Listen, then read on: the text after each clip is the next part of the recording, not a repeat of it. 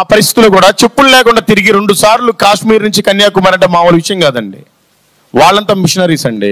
ఒక భక్త సింగ్ గారు మిషనరీ, ఒక ఏసన్న గారు మిషనరీ, ఒక జాషువా డానియల్ గారు మిషనరీ. మనం ఎందుకు మిషనరీలుగా మారకూడదు? ఎవడో వచ్చి తెల్లవాడు మనకు సువార్త చెప్తే మనం తెలుసుకోవటం ఏంటి? మనమే ఎందుకు వేరే వాళ్ళకి సువార్తను చెప్పకూడదు? ఏదో దేశం వాడు వచ్చి ఇక్కడ మన దేశంలో సువార్త చెప్పడం ఏంటి? మనమే ఎందుకు వేరే దేశాలకు వెళ్ళి సువార్త చెప్పకూడదు? కనీసం మన దేశం వాళ్ళకైనా సువార్త చెప్పుకోవాలి కదా. దేవుడు మన కోసం ప్రాణం పెట్టాడు, మనం ఆయన కోసం ఏం పెడుతున్నాం?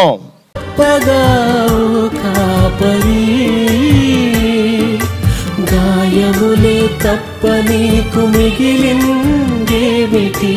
గాయములే తప్ప నీకు మిగిలిందేమిటి? సంఘమనే మందలు ఓ మంచి కాపరి, సుఖమును విడచి కష్టముల కోర్చి మందను. నేను ఎక్కడ ఉంటాను, నా సేవకుడు ఎక్కడ ఉంటాడో నేను అక్కడ ఉంటాను అన్నాడు. కాబట్టి నేను ఎంతో సంతోషిస్తున్నాను. ఈ సమయంలో వారు మనకు వారి సాక్ష్యాన్ని, వర్తమానాన్ని మనకు అనుగ్రహిస్తారు. ఇది ఒక స్పెషల్ సండే మనకు. కాబట్టి మనం ఎక్కువ సమయం దేవుడిలో గడుపుదాము. కాబట్టి దైవ సేవకునిగా, సంఘముగా, దైవజనులు, ప్రియ సహోదరులు మల్లికార్జున గారిని నేను ప్రేమతో వేదిక మీదకి ఆహ్వానిస్తున్నాను.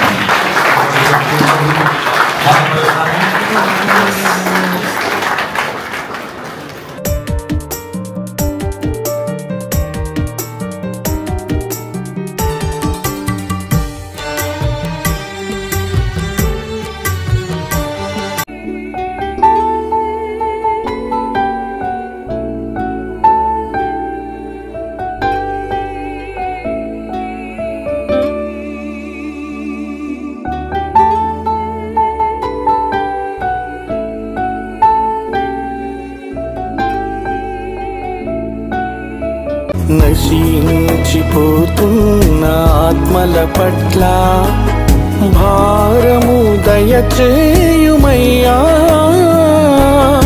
వారికి ప్రకటించే బాధ్యత నాకు ఇంపుగా దయచేయుమయ్యా. దర్శించుము దేవా, కరుణించుము ఈ దీనదాసుని దర్శించుము. దర్శించుము దేవా, కరుణించుము ఈ దీనదాసుని దర్శించుము.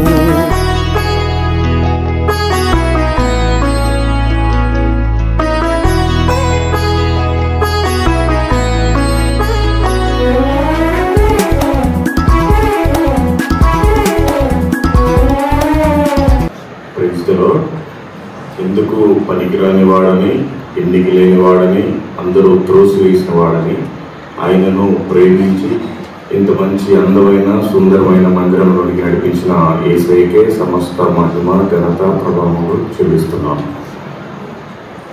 పాస్టర్ గారికి మరియు పాస్టర్ గారి కుటుంబానికి పేరు పేరున హృదయపూర్వకమైన వందనాలు. ఇక్కడున్న దైవజనులకి, సువార్థకులకి, ప్రతి అన్నకి, ప్రతి అక్కకి, ప్రతి తల్లికి, ప్రతి తండ్రి సమానమైన పెద్దలకి కూడా పేరు పేరున నా వందనాలు. నేను దగ్గర 320 కిలోమీటర్ల నుంచి వచ్చాను. నాకు పాస్టర్ గారి భోజనం అక్కర్లేదు, పాస్టర్ గారు ఇచ్చే ఒక చిల్లిగా ఒక కాంతి కూడా అక్కర్లేదు, వీళ్ళైతే మంచినీళ్ళు కూడా అవసరం లేదు, నేను తెచ్చుకున్నాను. కానీ నేను కొంచెం ఓపెన్గా పచ్చిగా ఉన్నట్టుగా మాట్లాడుతున్నాను, దయచేసి ఎవరు ఏమి అనుకోవద్దు. నా పేరు మల్లికార్జునరావు. నేను హిందూ కుటుంబంలో జన్మించాను. నేను 4 సార్లు అయ్యప్ప మాల వేసుకున్నాను. 18 సార్లు భయంకరమైన వ్యసన పరుణ్ణి. ఇండియాలో ఉండే ప్రతి బ్రాండ్ సిగరెట్ తాగాను, ప్రతి బ్రాండ్ గుట్కా నవ్వాను, ఇండియాలో ఉండే ప్రతి ఫ్లైట్ ఎక్కాను, ఇండియాలో ఉండే అతిపెద్ద భయంకరమైన 8 5 స్టార్ హోటల్ పాస్ చేశాను. నాకు ఎప్పుడు శాంతి సమాధానం లేదు. యేసుక్రీస్తు అంటే ఏదో ఒక తక్కువ కులానికి చెందిన దేవుడు, వాళ్ళు ఏదో ఊరి బయట ఉండేవాళ్ళు, వాళ్ళు ఏదో అమెరికా దేవుడు, లేకపోతే తెల్లవాళ్ళ దేవుడు, ఇలాగ హేళన చేసి నాకు ఎవరైనా క్రిస్టియన్స్ ఫ్రెండ్స్ ఉన్నా కూడా చర్చీగా మాట్లాడేవాడిని. అలాంటి వ్యక్తిని నేను బాగా విగ్రహాలను చేసేవాడిని. ప్రశ్నించుకోవడం భక్తిలోనే ఉండేవాడిని, కానీ ఓన్లీ 40 రోజులు భక్తి చేసేవాడిని. నేను కార్లో వెళ్తూ సువార్త చేస్తా ఉంటాను. మీ అందరికీ తెలుసుకోవచ్చు, గాడ్స్ మిషన్ అని ఫేస్బుక్ లో, యూట్యూబ్ లో, ఇన్స్టాగ్రామ్ లో వస్తూ ఉంటుంది. నా సాక్ష్యం ఇది. ఇంకా చెప్పాలంటే చాలా ఉంది, కానీ మరి సమయం అయిపోతుంది, ఒక హాఫ్ అన్ అవర్ ఉంది. మనం అంతా క్రైస్తవులం కనుక కొన్ని మాటలు దేవుడి గురించి మాట్లాడుకుందాం. నేను సువార్త ఓన్లీ ఇక్కడ చేయటమే కాదు, అసలు చాలా మంది మిషనరీస్ వచ్చారు. వాళ్ళందరూ నార్త్ ఇండియా, నార్త్ ఈస్ట్ అంత చోట్ల కూడా చేశారు, బాగా విస్తరింపజేశారు, మనకి బైబుల్ తయారు చేశారు. అసలు సువార్త ఎలా వచ్చింది ఏంటి ఇవన్నీ తెలుసుకోవటానికని నేను ఇండియా అంతా కూడా కారు వేసుకుని తిరిగి ప్రతి స్టేటు, ప్రతి కేంద్రపాలిత ప్రాంతం తిరిగాను. ఒక అండమాన్ లక్షద్వీప్కి నా కారు వెళ్ళదు కనుక వెళ్ళలేదు, మిగతా కూడా తిరిగేసి వచ్చాను. అయితే ఇవన్నీ మీకు ఎందుకు చెప్తానంటే, మనం క్రైస్తవులం కనుక కొన్ని మాటలు మాట్లాడుకుందాం, అప్పుడు కూడా మీకు మళ్ళీ చెప్తాను. నేను క్రైస్తవుని అన్నోళ్ళు ఒకసారి చేతులు ఎత్తండి ఏమనుకోకుండా. నేను దేవుడి బిడ్డని, నేను క్రిస్టియన్ని, దేవుడు నా కోసం వచ్చి ప్రాణం పెట్టాడు అన్నోళ్ళంతా ఆల్మోస్ట్ అందరూ క్రైస్తవులే ఉన్నారు. నా దగ్గర బైబుల్ ఉంది అన్నోళ్ళు ఒకసారి చేతులు ఎత్తండి. చాలా మంది దగ్గర లేవు. ఎవరికైతే బైబిల్ లేవో వాళ్ళ పేర్లు నాకు ఇవ్వండి, నేను బైబిల్ కొనిచ్చిపోతాను మీ ఊర్లోనే. ఎందుకంటే బైబిల్ ఉండాలి, ఇది వాక్యం, ఏదే వాక్యమే మనకి దేవుడు. ఈ బైబిల్ నేను ఇంతవరకు పూర్తిగా చదివాను ఇప్పటి వరకు అన్నోళ్ళు ఒకసారి చేతులు ఎత్తండి. ఈ బైబిల్ని ఇప్పటి వరకు నేను పూర్తిగా చదివాను అన్న వాళ్ళు మాత్రమే ఎత్తండి. వేళ్ల మీద లెక్క పెట్టచ్చు.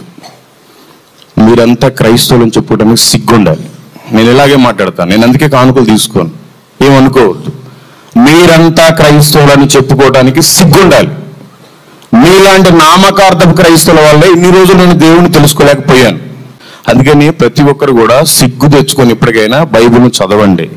మనిషి ఎందుకు పుట్టాడో దీంట్లో ఉంది, ఎలా బ్రతకాలో ఇందులో ఉంది, ఎలా చనిపోతామో ఇందులో ఉంది, చనిపోయిన తర్వాత ఏం జరుగుద్దో ఇలా ఉంది. ఇది తెలుసుకోకుండా నువ్వు అసలు ఈ భూమి మీద దేనికి బ్రతుకుతున్నావు? దేనికి బ్రతుకుతున్నారండి మీరంతా? ఏమనుకోబాకండి, నేను కూడా మీ కుటుంబంలో ఒక సభ్యుని అనుకోండి. ఎందుకు పనికిరాని ఒక వేస్ట్ ఫెలో, ఎందుకు పనికిరాని ఒక త్రాగుబోతుని. మీరంతా మంచోళ్ళే కదా. మీరు వ్యభిచారులు ఎవరన్నా ఫోన్ చేయెత్తుతారా? ఎవరైనా త్రాగుబోతులు చేయెత్తుతారా? ఎవరైనా దొంగలు ఫోన్ చేయెత్తుతారా? ఎవరెత్తారు? మీరంతా మంచోళ్ళు. మరి ఒక 4 సార్లు బైబుల్ చదివి ఇన్ని గ్రామాల్లో సువార్త ప్రకటిస్తుంటే కనీసం మీరంతా మంచోళ్ళు, పుట్టుకతో క్రైస్తవులు. నేనన్నా నిన్నగాక మనం తెలుసుకున్నాను. మీరంతా ఎందుకు బైబుల్ని చదవట్లేదు? అంటే మీరు వేషధారంలో ఉన్నారు. తెలుసుకోండి, ఇది కరెక్ట్ కాదు. పాస్టర్ గారు క్షమించాలి ఇలాంటి మాటలు. నేను ఇలాగే మాట్లాడతాను, ఏమనుకోవద్దు. వాళ్ళ ఒక్క రోజుకి ఇంకా రేపు నుంచి మీరెవరో నాకు తెలియదు, నేనెవరో మీకు తెలియదు. Okay, sorry. యెషయా గ్రంథము బైబిల్ ఉన్న చదవండి కనీసం. యెషయా గ్రంథము 45వ అధ్యాయము 6వ వచనం. తూర్పు దిక్కు నుండి పడమర దిక్కు వరకు నేను తప్ప ఏ దేవుడును లేడు. చూడండి, తూర్పు దిక్కు మొదలుకొని పడమర దిక్కు, మనకి తూర్పున జపాన్ ఉంది, పడమర కాలిఫోర్నియా, అమెరికా ఉంది అనుకోండి. దాదాపుగా ఒక 40,000 కిలోమీటర్లు. ఈ 40,000 కిలోమీటర్లో నీది ఏ ఖండమైనా నీకు దేవుడు యేసుక్రీస్తే, నీది ఏ దేశమైనా నీకు దేవుడు యేసుక్రీస్తే, నీది ఏ రాష్ట్రమైనా దేవుడు యేసుక్రీస్తే, ఏ జిల్లా అయినా, ఏ మండలమైనా, ఏ గ్రామమైనా యేసుక్రీస్తే దేవుడు. అవునా కాదా? యేసుక్రీస్తే దేవుడు అన్న ఒకసారి చేతులు ఎత్తండి. రైట్, ఇది ఒక పాయింట్ గుర్తుపెట్టుకోండి. ఆ తర్వాత అపోస్తుల కార్యములు 10వ అధ్యాయం 36వ వచనం. యేసుక్రీస్తు అందరికీ ప్రభువు. యేసుక్రీస్తు ఒక తక్కువ కులానికి దేవుడు ప్రభువు అని లేదు అక్కడ. యేసుక్రీస్తు ఒక జాతికి దేవుడు అని లేదు అక్కడ. యేసుక్రీస్తు ఒక మతానికి దేవుడు అని లేదు అక్కడ. యేసుక్రీస్తు అందరికీ ప్రభువు. నీది ఏ కులమైనా, ఏ మతమైనా, ఏ ఊరైనా, ఏదైనా సరే యేసుక్రీస్తు నిజమైన దేవుడు. యేసుక్రీస్తు అందరికీ ప్రభు అన్న వాళ్ళు ఒకసారి చేతులు ఎత్తండి. రైట్, ఈ 2 విషయాలు మీకు గుర్తున్నాయి. ఏ ఊరైనా, ఏ రాష్ట్రమైనా, ఏ కులమైనా, ఏ మతమైనా, ఏ జాతి అయినా నిజమైన దేవుడు అయితే యేసుక్రీస్తే. దీన్ని మీరు నమ్ముతున్నారుగా? నేను దేవుడి బిడ్డని కాదు, నేను క్రిస్టియన్ని కాదు, నేను హిందువుని, లేకపోతే నేను ముస్లింని అన్న వాళ్ళు ఎవరుంటే చేతులు ఎత్తండి. ఒక్కరు కూడా లేరు. అంటే మీరంతా దేనికి వచ్చారు? దేనికి వచ్చారండి? ఈ మందిరం ఎవరిది? నా మందిరము సమస్త అన్యజనులకు ప్రార్థనా మందిరం అనబడునందు వాక్యం ఉందా లేదా? మరి మీలో అన్యజనులు ఎవరు? ఒకసారి చేతులు ఎత్తండి. నేను అన్యజనులని ఒక్కరు లేరు. క్రైస్తవులకే మందిరం అని కాదు, సమస్త అన్యజనులకు ప్రార్థనా మందిరం ఇది. మరి ఎందుకు అన్యజనులు లేరు? అన్యజనులు లేరు ఎందుకు లేరు అంటే మీరు సువార్తను ప్రకటించట్లేదు. సువార్తను ఎందుకు ప్రకటిస్తారు మీరు? మీకంటే ముందుగా చనిపోయిన వాళ్ళంతా చనిపోయారు. మన ఇంటి పక్కన వాడు చనిపోయాడు, మన ఇంటి ఎదురుగోళ్ళు చనిపోయారు, మన వెనకాల వాళ్ళు చనిపోయారు, మన బంధువులు చనిపోయారు, మన దగ్గర రక్త సంబంధులు చనిపోయారు. మనం మాత్రం బ్రతుకున్నాం. ఎందుకు అంటే ఒక వేషధారకు ఒక ముసుగు వేసుకొని, ఒక మంచి తెల్ల షర్ట్ వేసుకొని చర్చికి రావడానికి. ఏం ఉపయోగం? ఈ రోజు రాత్రికి నీ ప్రాణం పోతే దేవుడికి లెక్క చెప్పాలి. మీ దగ్గర లెక్క ఉందా? నా దగ్గర లెక్క ఉంది. నేను ఒక త్రాగుబోతుని, నా దగ్గర లెక్క ఉంది. నేను ప్రభు కోసం బ్రతుకుతున్నా. మీరంతా ప్రభు కోసం బ్రతుకుతున్నారా? ప్రభు కోసం నేను బ్రతుకుతున్నాను అన్న ఒకసారి చేతులు ఎత్తండి. ప్రభు కోసం బ్రతికి మీరంతా ఎంతమంది తీసుకొచ్చారమ్మా? తెలుసుకోండి. ఇప్పటికైనా మన పనులు మనం ఏంటి చేసుకోవటం ఇంకా చెప్పకూడదు. కానీ ఈవెన్ రోడ్డు మీద కుక్క కూడా బ్రతుకుతుంది. అది కూడా 3 పూట్ల తింటది. రోడ్డు మీద అడక్క తినేవాడు కూడా బ్రతుకుతున్నాడు. మనం కూడా బ్రతుకుతున్నాం. దేనికి? ఈ జానడ పొట్ట, ఈ 3 బట్ట కోసమేనా? ఈ రోజున చనిపోతే ప్రభు నేను లెక్క అడుగుతాడు. ఏం చెప్తారు మీరు? అరే నేను నీ కోసం వచ్చి ప్రాణం పెట్టాను, నా కోసం ఏం పీకేమని అడుగుతాడు. ఏం పీకారు మీరంతా? ఇలా మాట్లాడకూడదు. I'm very sorry. ఇన్ని రోజులు నామకార్థంగా వచ్చి వెళ్తారు చర్చికి రావటం, ముసుకేసుకోవటం, చప్పట్లు కొట్టడం, చిల్లర మార్చడం, కానుకేయటం, పాస్ గారితో ప్రార్థన చేసుకోవడం, వెళ్ళిపోవటం. ఇదే రొటీన్. ఇన్ని రోజులు అలా. అది కరెక్ట్ కాదు. తెలుసుకోండి. మీరు బైబిల్ చదివితే కదా మీకు అసలు ఏం చేయాలి, ఎలా బ్రతకాలో తెలిసేది. ఇప్పటికైనా తెలుసుకోండి. రోజులు బాగోలేవు. ఏ రోజు చివరి రోజు తెలియదు. దేవుడు పని చేయాలంటే అసలు మనం ఏంటి, అసలు ఎందుకు బ్రతుకున్నాం? మనం దేవుడు పనే చేయడానికి బ్రతుకున్నాం. అందుకే దేవుడు బ్రతికిచ్చాడు. లేకపోతే మనకంటే పెద్ద పెద్ద గొప్ప వాళ్ళని చంపడేశాడు. మనకంటే చాలా ధనవంతులకి అందరికీ ఆరోగ్యం కూడా సరిగ్గా లేదు. అనారోగ్య పాలు చేశారు. ఆ ముఖేష్ అంబానీ కొడుకి అనంత్ అంబానీకి 9 లక్షల కోట్ల చిల్లర ఉందంట. ఏసీ వేసుకుంటే చచ్చిపోతాడు. అలాంటి జబ్బు. మనకి మంచి ఆరోగ్యం ఇచ్చాడుగా. ఏం చేయడానికి ఆరోగ్యం ఇచ్చాడు? ఆయన పని చేయడానికి ఆరోగ్యం ఇచ్చాడు. పాస్టర్ గారు వెళ్ళి సువార్త చేస్తే ఎంతమంది తీసుకొస్తారు ఇక్కడ రోజు? అదే మనం అందరూ వెళ్ళి సువార్త చేస్తే ఎంతమంది తీసుకురావచ్చు? తెలుసుకోవాలి. మన పుట్టినరోజులు, సచ్చిన రోజులు, ఆ కార్యక్రమాలు, ఈ కార్యక్రమాలు అన్ని పాస్టర్ గారికి ఫోన్ చేసి చెప్తారు. ఆయన బిజీ అయిపోతాడు. సువార్తకి వెళ్ళటం కష్టం. వెళ్ళినా ఒక్కడేలా వెళ్తారు? మీరంతా రోజు మీ పనులే చూసుకుంటున్నారు. పొద్దునెళ్ళి సాయంత్రానికి వస్తే మహా అంటే 400-500 వస్తాయి. కొంతమంది కూలి పని చేసే వాళ్ళకి. మంచి జాబ్ అయితే నెలకు మహా అంటే 1,00,000-2 లక్షలు వస్తాయి. నాలాంటి ఎందుకు పనికిరాని ఒక వెధవకు సువార్త చెప్తే కొన్ని కోట్లు మీ అకౌంట్లో పరలోకంలో ఉంటాయి. ఈ విషయం తెలుసా మీకు? ప్రభు ఏం చెప్పాడు, మీరు ఏం చేస్తున్నారు తెలుసుకోండి. సువార్తే చెప్పాలి. ఈ భూమి మీద బ్రతికిందే అందుకు. 3 పూటలు తింటున్నాం. కనీసం తిండి లేక చాలా మంది అడక్క తింటున్నారు. కనీసం ఒక 3 పూటలు తిన్నందుకు కృతజ్ఞతగానన్నా కనీసం థ్యాంక్స్ చెప్పడానికన్నా ఒక 3 సువార్త చెప్పొచ్చుగా రోజు. ఎందుకు చెప్పట్లేదు? నేను టీ తాగడానికి వెళ్ళినా సువార్త చెప్తా, టిఫిన్ చేయడానికి వెళ్ళినా సువార్త చెప్తా, పెట్రోల్ బంక్ వెళ్ళినా సువార్త చెప్తా, దారిలో ఆపి మరీ సువార్త చెప్తా, ట్రైన్లో వెళ్ళినా చెప్తా, ఫ్లైట్లో ఎక్కినా చెప్తా. మరి మీరు ఎందుకు చెప్పలేకపోతున్నారు? దేవుడి గురించి సువార్త చెప్పాలంటే మీకు సిగ్గు. ఆయనకు సిగ్గు లేక మీకోసం సిలువ ఇచ్చుకున్నాడు. మీకు సిగ్గు ఆయన గురించి చెప్పాలంటే. తప్పది. మీరు సువార్త చెప్పాలి. సువార్తను చెప్పాలంటే ఫస్ట్ మనం ఏం చేయాలి? మత్తయి సువార్త 22వ అధ్యాయం 39వ వచనం. మరి లేట్ అయిపోతుంది. ఇంకా హాఫ్ అన్ అవర్ నేను చదువుతాను, వినండి. మత్తయి సువార్త 22వ అధ్యాయం 39వ వచనం. నిన్ను వలె నీ పొరుగు వారిని ప్రేమింపవలెను, 2వ ఆజ్ఞయు దాని వంటిదే. ఫస్ట్ మనం సువార్తను చెప్పాలంటే నిన్ను వలె నీ పొరుగు వారిని ప్రేమించాలి. మనకి పాత నిబంధనలో 10 ఆజ్ఞలు ఉన్నాయి. కొత్త నిబంధనలో 2 ఉన్నాయి. నీ పూర్ణ ఆత్మతో, పూర్ణ శక్తితో, పూర్ణ బలంతో దేవుని ఆరాధించాలి. రెండవది నిన్ను వలె నీ పొరుగు వారిని ప్రేమించాలి. నిన్ను వలె నీ పొరుగు వారిని ప్రేమించాలంటే నీకు నచ్చిన అమ్మాయిని ప్రేమించమని కాదు, నీకు నచ్చిన అబ్బాయిని ప్రేమించమని కాదు. దేవుని సువార్త చెప్పడానికి వాళ్ళని ప్రేమించాలి. మంచిగా మాట్లాడాలి. వాళ్ళని ప్రేమించాలంటే ఫస్ట్ మనకు ఒక మంచి సాక్ష్యం ఉండాలి. మనమేమో పేరు క్రైస్తవులం, సిగ్గు లేకుండా పోయి సిగరెట్లు తాగుతారు, సిగ్గు లేకుండా పోయి మందు అవుతారు, సిగ్గు లేకుండా ఇంటి పక్కన వాళ్ళతో గొడవ వేసుకుంటారు, ఇంట్లోనే సమాధానం ఉండదు. మీరంతా క్రైస్తవులు ఎవరు చెప్పారండి? మీరంతా క్రైస్తవులు అయితే ఇప్పటికి బైబిల్ చదివేవాళ్ళు. మీరంతా క్రైస్తవులు అయితే ఇప్పటికి తాగుబోతున్న అలాంటి వాళ్ళు అనేక మంది అన్ని జనులు తీసుకొచ్చారు ఈ ప్రార్థనా మందిరానికి. మీరు అన్ని జనులు కాదు, క్రైస్తవులు. మరి మీరు ఏం చేస్తున్నారు దేవుడి గురించి? ఈ ప్రధానమైన ఆజ్ఞలు మీరు పాటిస్తున్నారా? దేవుడు చెప్పింది 2 ఆజ్ఞలు. ప్రభువారు ఇక్కడికి వచ్చి ఒక చప్పట్లు కొడితే సరే, పూర్ణ మనసుతో, పూర్ణాత్మతో, పూర్ణ సత్యంతో, ఆయన పూర్ణ బలంతో మీరు ఆరాధిస్తున్నారు. మరి నిన్ను వల్ల నీ పొరుగు వారిని ప్రేమిస్తే అనేక మందిని తీసుకొస్తారు ఇక్కడికి. ఎందుకు తీసుకురావట్లేదు? చర్చి చాలా అందంగా, సుందరంగా, మంచి లైట్లు, ఫ్యాన్లు అంతా బాగానే పాస్ గారు అరేంజ్ చేశారు. ఇన్ని సంవత్సరాలు అవుతుంది ఈ చర్చి పెట్టి. మీరు మాత్రం ఎందుకు వస్తున్నారు? ఇంకా ఎందుకు సన్నగా విస్తరించబడలేదు? తెలుసుకోవాలి. మనకంటే బొచ్చిన మంది ముందే వెళ్ళిపోయారు. వెళ్ళిపోయినంత పాతాళంలో ఉన్నారు. మనం ఏం చేయటానికి? ఎందుకు వారిని ప్రేమించాలి అంటే అగ్నిలో నుండి లాగడానికి వాళ్ళని ప్రేమించాలి. యూదా పత్రిక 1వ అధ్యాయం 23వ వచనం. అగ్నిలో నుండి లాగినట్టు కొందరిని రక్షించుడి, ఈ లోకం అనే అగ్నిలో కాలిపోతున్నారు ప్రజలు. నాకు కూడా తెలియనప్పుడు కాలిపోయా, నన్ను వేరే వాళ్ళు లాగారు కనుకనే ఈ రోజు నేను మీ ముందు నిలబడగలిగాను. మరి ఈ లోకం అనే దాంట్లో కాలిపోతున్నారు కదా. మీకు తెలుసు కదా, తూర్పు నుంచి పడమర వరకు దేవుడు ఆయన తప్ప ఇంకెవరు లేరు, యేసుక్రీస్తు అందరికీ ప్రభు అని తెలుసు కదా. మరి మీకు మాత్రమే ప్రభువా? వేరే వాళ్ళని ప్రేమించి వాళ్ళకి ఎందుకు మీరు సువార్తను చెప్పట్లేదు? వాళ్ళని ఎందుకు అగ్ని నుంచి లాగినట్టుగా లాగి నిలబెట్టట్లేదు? దేవుడు మిమ్మల్ని లెక్క అడుగుతాడు, మీరు తెలుసుకోండి. ఎందుకు మనమే వారిని అగ్నిలో నుండి లాగాలి? చాలా మంది ఉన్నారుగా. చూడండి, మత్తయి సువార్త 9వ అధ్యాయం 37వ వచనం. కోత విస్తారమే గాని పనివారు కొద్దిగా ఉన్నారు. చాలా మంది మనకంటే ధనవంతులు ఉన్నారు, చాలా ఆస్తిపరులు ఉన్నారు, చాలా మంచి జాబులు చేసే వాళ్ళు ఉన్నారు.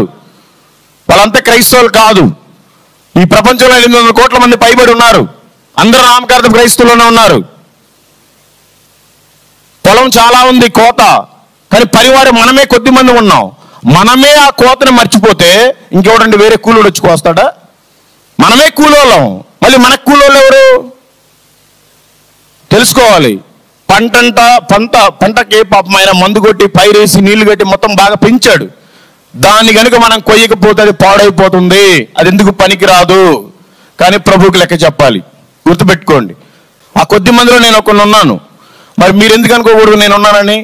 ఎందుకు పనికిరాని ఒక వేస్ట్ ఫెలోని నేనే ఇంతమందికి చెప్తుంటా సువార్తని. మీరంతా కనీసం మీ ఇంటి పక్కన వాళ్ళకైనా సువార్త చెప్పాలి కదండి. ఎందుకు చెప్పలేకపోతున్నారు? అది మన బాధ్యత. కనీసం మినిమం సువార్త చెప్పడం మన బాధ్యత. అది నీ హృదయమే సరిగ్గా లేకుండా నీ కానుకలు ఎవరికి కావాలి? నీ చప్పట్లు ఎవరికి కావాలి? తెలుసుకోండి. మార్కు సువార్త 16వ అధ్యాయం 15వ వచనం. మీరు సర్వలోకమునకు వెళ్ళి సర్వ సృష్టికి సువార్తను ప్రకటించుడి. అక్కడ ఏమనుందంటే, అందరూ చూడండి అండి, మీరు సర్వలోకానికి వెళ్ళి సర్వ సృష్టికి సువార్తను ప్రకటించండి అని ఉంది. మీ పాస్టర్ గారు వెళ్ళి సర్వలోకానికి సువార్తను ప్రకటించాలని లేదు. మీ సంఘ పెద్దలు వెళ్ళి సువార్త ప్రకటించాలని లేదు. 60 సంవత్సరాల పైబడిన వాళ్ళు వెళ్ళి సువార్త ప్రకటించాలని లేదు. మీరు సర్వలోకానికి వెళ్ళి సర్వ సృష్టికి సువార్తను ప్రకటించాలని ఉంది. మీలో ఎంతమంది సర్వలోకానికి నాలకపోయినా కనీసం మీ ఊర్లో వాళ్ళకన్నా సువార్త చేశారా? నేను సువార్త చేస్తున్నాను అన్న వాళ్ళు ఒకసారి చేతులు ఎత్తండి. కొంతమంది ఉన్నారు, ప్రైజ్ గాడ్, దేవుడు మిమ్మల్ని దీవించును గాక. మరి మిగతా వాళ్ళ పరిస్థితి ఏంటి తెలుసుకోండి. అందుకని నేను 4 గోడల మధ్య కాదు, నలుమూలల సువార్తను ప్రకటిస్తున్నాను. ఎందుకు అసలు మనం సువార్తను ప్రకటించాలి? చూడండి, 2 పేతురు 3వ అధ్యాయం 12వ వచనం. దేవుని దినపు రాకడ కొరకు కనిపెట్టుచు దానిని ఆశతో అపేక్షించుచు మీరు పరిశుద్ధమైన ప్రవర్తనతోనూ భక్తితోనూ ఎంతో జాగ్రత్త గలవారై ఉండవలెను. మీరు భక్తితోటే ఉంటున్నారా? దానికి ముందు ఇంకొక వచనం చూడండి, మార్కు సువార్త 1వ అధ్యాయము 15వ వచనం. కాలము సంపూర్ణమై ఉన్నది, దేవుని రాజ్యము సమీపించి ఉన్నది, మారు మనసు పొంది సువార్త నమ్మండి అని చెప్పి తిరగాలి మనం వీధుల్లో. మీకందరికీ తెలుసా కాలం సంపూర్ణమైందని, ఆయన రాజ్యం సమీపించిందని తెలుసా? మనం చిన్నప్పటి నుంచి ప్రార్థన చేసుకుంటున్నాం కండి, యేసయ్య రాకడ వస్తుంది, మనం అంతా ఎత్తపడతాం వెళ్ళిపోతాం అని. వింటలేదా మీరు? నేను ఎప్పుడు వినలేదన్న వాళ్ళు ఒకసారి చేతులు ఎత్తండి. విన్నోళ్ళే. మరి కాలము సమీపించింది, దేవుని రాజ్యం ఇంకా దగ్గరికి వచ్చింది. మరి ఎందుకు మనం సువార్తను ప్రకటించట్లేదు? ఊరికనే భక్తిగా ఉంటే సరిపోతుందా? మన పాటికి మనం భక్తి చేసుకుంటే సరిపోద్దా? కనీసం పక్కన వాళ్ళకి చెప్పాల్సిన బాధ్యత ఉండాలిగా. తెలుసుకోండి, ఎందుకు మనం భక్తిగా ఉండాలి? మనం భక్తిగా ఉంటే ఆయన రాకడ వస్తుందా? మత్తయి సువార్త 24వ అధ్యాయం 14వ వచనం. మరియు ఈ రాజ్య సువార్త సకల జనములకు సాక్షార్థమై లోకమంతటా మనం చిన్నప్పటి నుంచి ప్రార్థన చేసుకున్నాం, ప్రభువా ఈ లోకంలో మేము ఉండలేమయ్యా, మాకు ఆ బాధలయ్యా ఈ బాధలయ్యా, నువ్వు రాయా నీ రాకడలో వెళ్ళిపోతావని. ఆయన రాడు, ఎందుకంటే నీ కోసం వెయిట్ చేస్తున్నాడు, ఇప్పటికైనా ఏమన్నా చేస్తావేమో అని. ఎందుకంటే సకల జనాలకి సువార్త తెలియబడాలంట, అందరికి వినపడాలంట. ఆ తర్వాత ఆయన రాకడ వస్తుంది. మరి మీరంతా ఎంతమందికి వినిపించారు? ఎంతమందికి తెలియపరిచారు? మీరంతా క్రైస్తవులను ఎందుకు అనుకుంటున్నారు? సువార్త ప్రకటించేవాడే క్రైస్తవుడు. నువ్వు మారు మనసు బాప్తీసం తీసుకుంటే ఎవరికి కావాలి? నీ మారు మనసు నీ బాప్తీసం. మన పక్కన వాళ్ళకి మాదిరికరంగా ఉండాలి, సువార్తను ప్రకటించాలి. ఈ లోకంలో ఏదో చిన్నపాటి ఇల్లు, కొద్దిగా బంగారం లేదా ఇంకేదో సంపాదించుకోవడానికి ఆరాటం పోరాటం చేస్తున్నాం. ఒట్టి చేతులతో పరలోకం వెళ్తే ఏం తింటావు? తెలుసుకోండి. యాకోబు రాసిన పత్రిక 2వ అధ్యాయం 10వ వచనం. ఎవడైనను ధర్మశాస్త్రం అంతయు గైకొని ఒక్క ఆజ్ఞ విషయంలో తప్పిపోయిన ఎడల ఆజ్ఞలన్నిటి విషయంలో అపరాధి అగును. దేవుడు చెప్పాడు, పాత నిబంధనలో 10 ఆజ్ఞలు ఉన్నాయి, కొత్త నిబంధనలో 2 ఆజ్ఞలు ఉన్నాయి. నిన్ను వలే నీ పొరుగు వారిని ప్రేమించు, నీ పూర్ణ ఆత్మతో, పూర్ణ మనసుతో, పూర్ణ బలతో దేవుణ్ణి ఆరాధించాలి. మీరంతా నిన్ను వలే నీ పొరుగు వారిని ప్రేమించమని ఎంతమందికి చెప్తున్నారు? ఎంతమందికి మీరు ప్రేమించి వాళ్ళకి సువార్తను చెప్తున్నారు? మరి మీరు ఆజ్ఞ విషయంలో తప్పిపోయారు కదా. మీరు అపరాధులా మరి లేకపోతే మంచోళ్ళ? ఒకసారి ఆలోచించుకోండి. ఫిలిప్పీయులకు రాసిన పత్రిక 2వ అధ్యాయం 21వ వచనం. అందరూ తమ సొంత కార్యములనే చూసుకొనుచున్నారు గాని యేసుక్రీస్తు కార్యములను చూడరు. ఈ రోజున రాత్రి నీ నోరు పడిపోతే అప్పుడు చూస్తావు నువ్వు ఆయన కార్యం చేయాలి అని. నీకు సరిగ్గా నోరుంది కదా, నీ నోటితో సువార్తను ప్రకటించవు. ఈ రోజు రాత్రికి నీ చేయి పడిపోతే పెరాలసిస్ వచ్చి అప్పుడు వస్తావు దేవుడి దగ్గరికి, ప్రభువా నీ పని చేస్తానని. నీకు సరిగ్గా చేతులు ఉన్నాయి కదా, నువ్వు ప్రకటించవు. ఈ రోజు రాత్రికి నీ కాలు చచ్చిపడిపోతే అప్పుడు వస్తావు దేక్కుంటా, ప్రభువా నేను సువార్త చేస్తానని. నీకు అన్ని సరిగ్గా ఇచ్చాడు కదా, అందుకని నీకు లెక్క లేదు. తెలుసుకోండి, ఈ రాత్రికి ఒకవేళ నీ నోరు పడిపోతే ఎవరికి చెప్తావు దేవుడు నమ్ముకోమని? ఈ రాత్రికి నీ చేతులు పడిపోతే ఎవరికి సువార్త పత్రిక ఇస్తావు దేవుడు నమ్ముకోమని? ఈ రోజు రాత్రికి నీ కాళ్ళు పడిపోతే ఎలా ఎక్కిపోతావు పరలోకానికి? అన్నీ ఉన్నప్పుడే కదా మనం దేవుడు సువార్త చేయాలి. ఎందుకు చేయలేకపోతున్నారు? ఒక్కరి దగ్గర సమాధానం లేదు. యోహాను సువార్త 9వ అధ్యాయం 4వ వచనం. పగలున్నంత వరకు నన్ను పంపిన వాని క్రియలు మనము చేయుచుండవలెను, రాత్రి వచ్చుచున్నది అప్పుడెవ్వడునూ పని చేయలేడు. ఆల్రెడీ మన నెత్తిన కూర్చోబెట్టాడు, మోడీ గారు కూర్చోబెట్టాడు కావాలని. ఈ మాటలు మాట్లాడకూడదేమో, నేను ఇలాగే మాట్లాడతాను. ఆల్రెడీ నేను చాలాసార్లు వెళ్ళొచ్చాను, నాకేం పెద్ద కొత్త ఏం కాదు. సువార్త ప్రకటించడం స్టార్ట్ చేసిన తర్వాతే కేసులు అయినాయి, కోర్టులకు వెళ్తున్నా, అద్దాబాలు కొట్టారు, అన్నీ అయిపోయినాయి. అసలు లెక్కే లేదు. చావు అయితే లాభం, బ్రతుకుడు క్రీస్తే. ఎందుకు నేను ఇక్కడ నుండి ఏం సంపాదించుకోవాలి? ప్రభువే, జైలుకి వెళ్తే దొంగలు ఇంకా ఎక్కువ మంది ఉంటారు, వాళ్ళకి నేను సువార్త చేస్తాను. వాక్యం ఏమని చెప్తుందంటే పగలున్నంత వరకు మనం ఆయన పని చేయాలి, రాత్రి రాబోతున్నప్పుడు ఎవరు చేయలేరు. ఇప్పుడు మోడీ ఉన్నాడు, రాబోయే కాలంలో బైబిల్ ప్రింట్ ఆపేస్తాడు. అప్పుడు నువ్వు బైబిల్ ఎలా చదువుతావు? ఉన్నప్పుడే చదవాలి కదా, ఎందుకు చదవట్లేదు మీరు? రాబోయే కాలంలో మన సిలువలు కూడా పెట్టుకోవడానికి లేదు, పైన గోడల మీద వాక్యాలు రాయడానికి లేదు, ఎక్కడ సువార్త చేయడానికి లేదు, సభలు పెట్టుకోవడానికి లేదు. ఇప్పుడు అవకాశం ఉంది. ఇప్పుడు సువార్త చేసిన పెద్ద పట్టించుకోరు, మీటింగ్లు పెట్టుకున్న పెద్ద పట్టించుకోరు, కరపత్రికలు పంచినా పెద్దగా పట్టించుకోరు. ఇప్పుడు మీరు నార్త్ ఇండియా వెళ్ళండి, యూపీలో జస్ట్ సువార్త పత్రిక ఇస్తే 10 సంవత్సరాలు జైలు, 7 లక్షలు జరిమానా. 100 మంది పాస్టర్లను జైల్లో వేస్తే మొన్నే బయటకు వచ్చిన తర్వాత నేను వెళ్ళి కలిసి వాళ్ళతో పాటు భోజనం చేసి వచ్చా, ప్రార్థన చేసి. నాకు అంత భాగ్యం అనిపించింది. ఛత్తీస్గఢ్లో 14 మందిని జైల్లో వేశాను, నేను వెళ్ళి కలిసి వచ్చాను. ప్రభు కోసం జైలుకి వెళ్ళారు వాళ్ళు. మీరు ఎందుకు భయపడుతున్నారు? యేసు ప్రభు వారు ఈ భూమి మీదకి నీ కోసమే వచ్చి ఆయనే దెబ్బలు తిన్నాడు. నువ్వు దెబ్బలు తింటే ఏమవుతుంది? ఆయన్నే చంపేశారు, నువ్వు చచ్చిపోతే ఏమవుతుంది? ఎందుకు మీలో రోషం లేదా? దేవుడు ఏమని చెప్పాడు? నేను రోషం కలిగిన దేవుడిని అని చెప్పాడు. ఆయన రోషం ఇవ్వలేదా మీకు? మరి మీరంతా ఎందుకు రోషంగా బ్రతకట్లేదు? తెలుసుకోండి. నాకెందుకులే, ఈ పగలంతా నాకొద్దు, ఈ రాత్రి నాకొద్దు, నా బ్రతికేది నేను బ్రతుకుతున్నానంటే మీ అందరి కోసం ఒక మంచి వాక్యం రాసి పెట్టున్నాడు దేవుడు. దీన్ని అందరూ చదవండి. లూకా సువార్త 3వ అధ్యాయం 9వ వచనం. గొడ్డలి చెట్ల వేరున ఉంచబడి ఉన్నది గనుక మంచి ఫలము ఫలించని ప్రతి చెట్టును నరకబడి అగ్నిలో వేయబడినని చెప్పాను. ప్రతి మనిషి జీవితానికి కింద గొడ్డలు ఒకటి ఉంది, గుర్తుపెట్టుకోండి. నా జీవితానికి ఆల్రెడీ పెట్టాడు, నేను పడ్డాను. ఒకసారి మొత్తాడు, నాకు బుద్ధి వచ్చింది. దయచేసి మీకు దండం పెట్టి చెప్తున్నాను, మిమ్మల్ని మొత్తకముండే మీరు తేరుకోండి. గొడ్డలి మన జీవితాల కిందనే ఉంది, మన కుటుంబం కిందనే ఉంది, మన జాబ్ కిందనే ఉంది, మనం పనిచేసే పని కిందనే ఉంది. ఏ రోజు పెడతాడో తెలియదు. గొడ్డలతో కొడతాడంట, నరకంలో వేస్తాడంట. మరి నరకంలో ఏముందో చూడండి ఒకసారి. మార్కు సువార్త 9వ అధ్యాయం 48వ వచనం. నరకమున వారి పురుగు చావదు, అగ్ని ఆరదు. మీరందరూ వంటలు చేస్తానంటారుగా, ఏదైనా చిన్నగా గాలితే నువ్వు ఆ నూనె పూస్తాం, టూబ్ పూస్తాం, అది పూస్తాం, టాబ్లెట్లు వేసుకుంటాను నొప్పికి. అక్కడ ఇంక టాబ్లెట్లు పనిచేయవు. నువ్వు చనిపోయినా పాతాళంలోనే ఉంటావు, పరలోకానికి వెళ్ళినా నువ్వు జీవితాంతం అక్కడే ఉంటావు. నీకు ఇక్కడ చావు లేదు, అక్కడ చావు లేదు. ఇక్కడైతేనేమో చీకటి, పండ్లు కొరుకుట, అగ్ని ఆరదు, పురుగు చావదు. అక్కడ మీదనేమో ప్రశాంతమైన ఆయన స్థలంలో ఉంటావు. నీకు ఏది కావాలనుకుంటున్నావు? ఎంతో మంది చనిపోయారు కదా, మనల్ని ఇన్ని రోజులు బ్రతికించాడు కదా, మనం ఎందుకు ప్రభు కోసం బతకూడదు అని మీరు ఎందుకు ఆలోచించుకోవట్లేదు?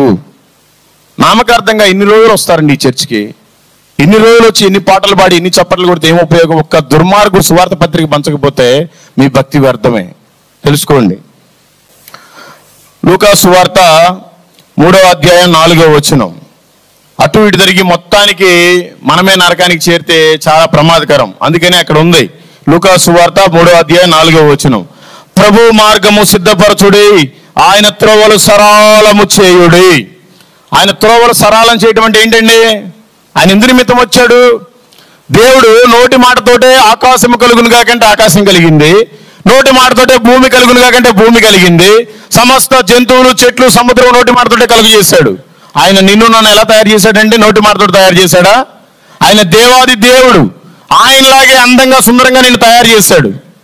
కానీ నువ్వేం చేస్తున్నావు? ఆయన మాటనే వినట్లేదు, నువ్వు ఆయన ఆజ్ఞను పాటించట్లేదు, అతిక్రమిస్తున్నారు. తెలుసుకోండి. మత్తయి సువార్త 6వ అధ్యాయం 20వ వచనం. పరలోకమందు మీ కొరకు ధనమును కూర్చుకొనుడి, అచ్చట చిమ్మెట అయినను తుప్పైనను దాన్ని తినివేయదు, దొంగలు కన్నము వేసి దొంగిలరు. నువ్వు ఇక్కడ ఎంత సంపాదించినా నువ్వు చనిపోయిన తర్వాత నీ భార్య నీకు భార్య కాదు, నువ్వు చనిపోయిన తర్వాత నీ భర్త నీకు భర్త కాదు, నీ పిల్లలు నీకు పిల్లలు కాదు. అన్ని నీ ఆస్తులు, నీ ఊరు, నీ రక్త సంబంధాలు మొత్తాన్ని వదిలేసి వెళ్ళిపోవాలి సింగిల్గా. వెళ్ళి ఏం చెప్తావు? చనిపోయిన తర్వాత పాస్ గారు వస్తారు, మన వాళ్ళంతా వస్తారు, విశ్వాసులు, మన యాత్ర అది ఇదని పాటలు పడుకుంటూ వెళ్తారు, తీసుకెళ్తారు, సమాధి కార్యక్రమం చేస్తారు, 2 రోజులు మంచిగా ఆదరిస్తారు, అందరూ ఆదరిస్తారు. ఆ తర్వాత ఆదరణ కూడికి పెడతారు. ఆదరణ కూడికల్లా నీ ఫోటోలు రెడీ చేస్తారు, గోడకు తగిలిస్తారు, ఒక దండేస్తారు. అంతేనా నీ జీవితం? ఒక గోడకి పరిమితం అయిపోవాలనుకుంటున్నావా? ఒక ఫోటోలాగా మారిపోదాం అనుకుంటున్నావా? లేదంటే దేవుడి కురిపార్శ్వం మీద కూర్చోవాలనుకుంటున్నావా? ఎందుకండి ఈ జీవితం? ఏముంది ఈ జీవితంలో? నన్ను చూడండి, ఎగ్జాంపుల్ చెప్తున్నాను, నేను గొప్ప చెప్పట్లేదు, ఎగ్జాంపుల్ చెప్తున్నాను. నాకు ఇష్టం వచ్చిన మందు తాగా, నాకు తృప్తి లేదు. నాకు ఇష్టం వచ్చిన ఫ్లైట్ ఎక్కా, ఇండియాలో ఉండే ప్రతి ఫ్లైట్ ఎక్కా, నాకు తృప్తి లేదు. నాకు ఇష్టం వచ్చిన సిగరెట్ బీర్ తాగాను, నాకు తృప్తి లేదు. ఒక్కరోజు సువార్త పత్రిక ఒక్కరికి చెప్పండి, నాకు నిద్ర పట్టదండి. అంత కసిగా రగిలిపోతున్నాను. మరి మీరు ఎందుకు రగలట్లేదు? మీరంతా సండే క్రైస్తవులా, మండే క్రైస్తవులా? ఎందుకు మీరు మండట్లేదు?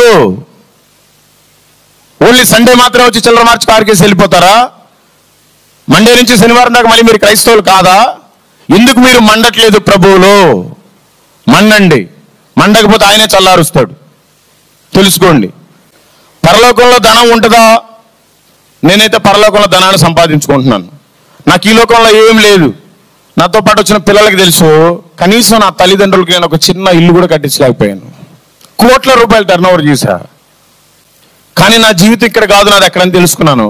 ఒకరోజు సువార్త చేస్తున్నాను, ఇసుక తీసుకొచ్చుకుంటున్నాను, కుప్ప పోసుకుంటున్నాను నా దగ్గర. ఒకరోజు సువార్త చేస్తున్నాను, ఇటుకలు తెచ్చుకొని కుప్ప పోసుకుంటున్నాను. ఒకరోజు సువార్త చేస్తున్నాను, సిమెంట్ తెచ్చుకుంటున్నాను. నా బిల్డింగ్ నేను అక్కడ కట్టుకుంటున్నాను. మరి మీరంతా ఎక్కడ కట్టుకుంటారు? నాకు ఎక్కడ స్థలం ఉంది, మీకుందా? నాకు పరలోకంలో స్థలం ఉంది, నేను చేయొత్తున్నాను. మీకు ఎవరికైనా స్థలం ఉంటే ఒకసారి చేతులు ఎత్తండి. అసలు పరలోకంలో స్థలం ఉందంటే మీరు నమ్ముతారా? ఉంది అన్నోళ్ళన్న చేతులు ఎత్తండి కనీసం. కొంతమంది ఎత్తారు, వేల మీద లెక్క పెట్టవచ్చు. చదవండి. యేసు ప్రభు వారు చివరి దినాలు, మేబీ రేపు ఎల్లుండో సిలువ వేస్తున్నారు. శిష్యులు అడుగుతున్నారు, ఏంది ప్రభా మాతో పాటు ఇన్ని రోజులు ఉన్నావు, వెళ్ళిపోతున్నావా? ఎక్కడికి వెళ్ళిపోతున్నావా? అవును, నేను నా తండ్రి దగ్గరికి వెళ్తున్నా, అక్కడ స్థలం ఉంది, నేను మీకు సిద్ధపరుస్తున్నాను, వచ్చి మిమ్మల్ని తీసుకెళ్ళిపోతాను. ఈ పాపిష్టి లోకం మనకొద్దు, ఈ పాపిష్టి భూమి మనకొద్దు అని ప్రభు మొత్తుకుంటున్నాడు. అక్కడ రాశారు చూడండి, 14వ అధ్యాయం యోహాను సువార్త 2-4 వరకు.